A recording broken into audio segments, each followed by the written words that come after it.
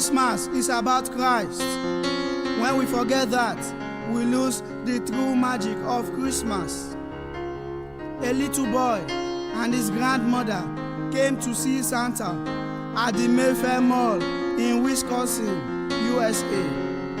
The child climbed up on Santa's lap, holding a picture of a little girl. "Who is this?" asked Santa, smiling. "Your friend? Your sister?" "Yes, Santa," he replied.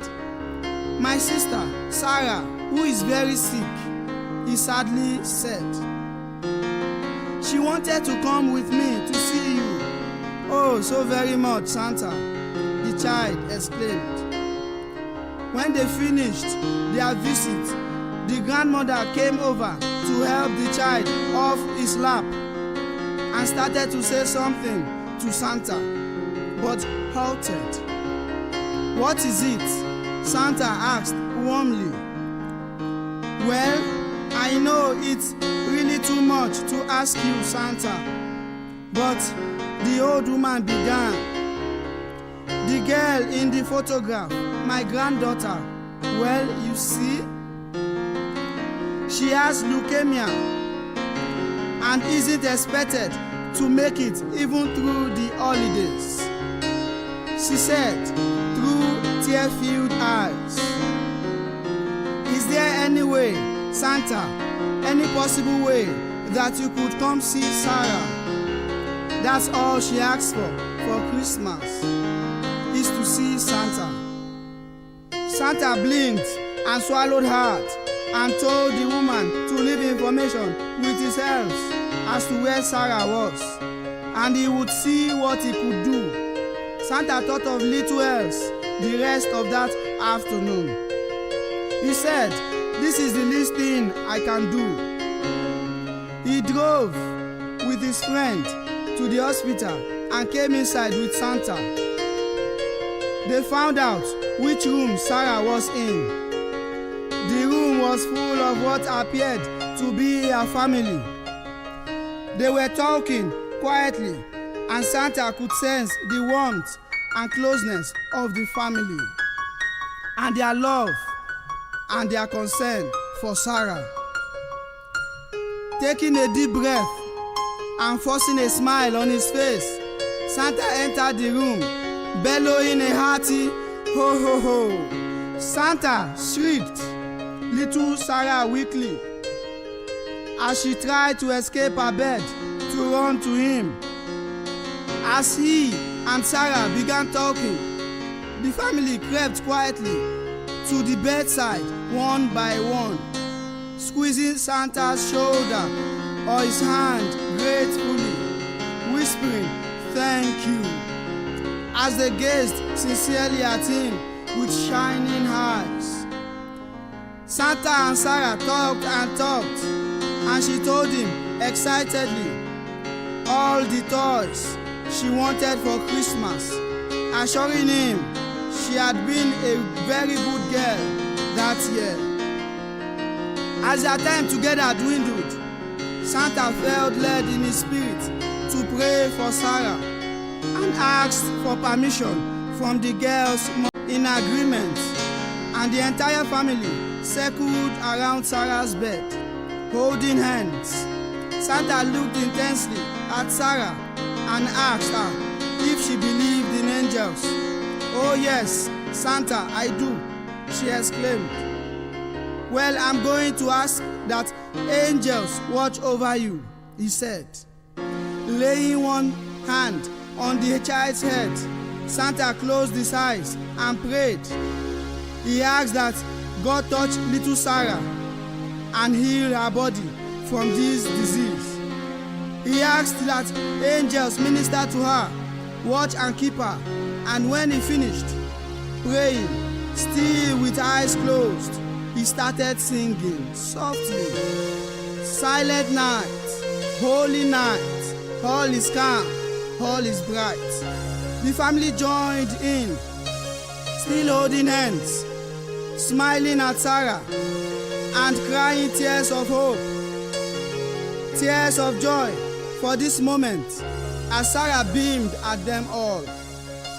When the song ended, Santa sat on the side of the bed again and held Sarah's frail, small hands in his own. "Now, Sarah," he said authoritatively, "you have a job to do, and that is to concentrate on getting well. I want you to have fun playing with your friends this summer, and I expect to see you at my house at Mayfair Mall this time next year."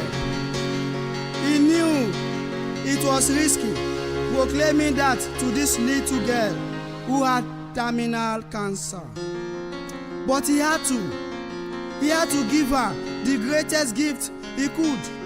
Not dolls or games or toys, but the gift of hope. "Yes, Santa," Sarah exclaimed, her eyes bright. He leaned down and kissed her on the forehead and left the room. Out in the hall, the minute Santa's eyes met with his friend, a look passed between them, and they wept unashamed. Sarah's mother and grandmother slipped out of the room quickly and rushed to Santa's side to thank him. "My only child is the same age as Sarah," he explained quietly. "This is the least I could do." They nodded with understanding and hugged him. 1 year later, Santa Mark was again back on the set in Milwaukee for his 6-week seasonal job, which he so loves to do. Several weeks went by, and then one day a child came up to sit on his lap. "Hi, Santa. Remember me? You came to see me in the hospital last year." Santa's jaw dropped. Tears immediately sprang in his eyes, and he grabbed this little miracle and held her to his chest. "Sarah," he exclaimed. He looked over and saw Sarah's mother and grandmother in the sidelines, smiling and waving and wiping their eyes. That was the best Christmas he had witnessed, and been blessed to be instrumental in bringing about this miracle of hope. This precious little child was healed, cancer-free, alive and well. He silently looked up to heaven and humbly whispered, "Thank you, Father. 'Tis a very Merry Christmas." It's easy to get caught up in the hustle and bustle of the holiday season and miss what this special time is all about. Helping others through selfless acts of kindness, no matter how small or large your gift may be. Christmas is about filling hearts around us with peace and joy, and giving to those that may be less fortunate. Christmas is not a time nor a season, but a state of mind. To cherish peace and goodwill, to be plenteous in mercy, is to have the real spirit of Christmas. Want to keep Christ in your Christmas? Feed the hungry, clothe the naked, forgive the guilty, welcome the unwanted, care for the ill, love your enemies, and do unto others as you would have done unto you. Want to create the best Christmas ever? Forgive someone who doesn't deserve your forgiveness. Hug a stranger. Pass on something that you want to keep for yourself. Spend time with the ones you love. Spend time on your knees. Christmas is about Christ, and Christ is all about your joy and happiness. Fail not to call to mind in the chorus us of the 25th of this month that the divinest heart, Jesus, that ever walked the earth, was born on that day. And then smile and enjoy yourselves for the rest of it, for night is also of heaven's making. Merry Christmas.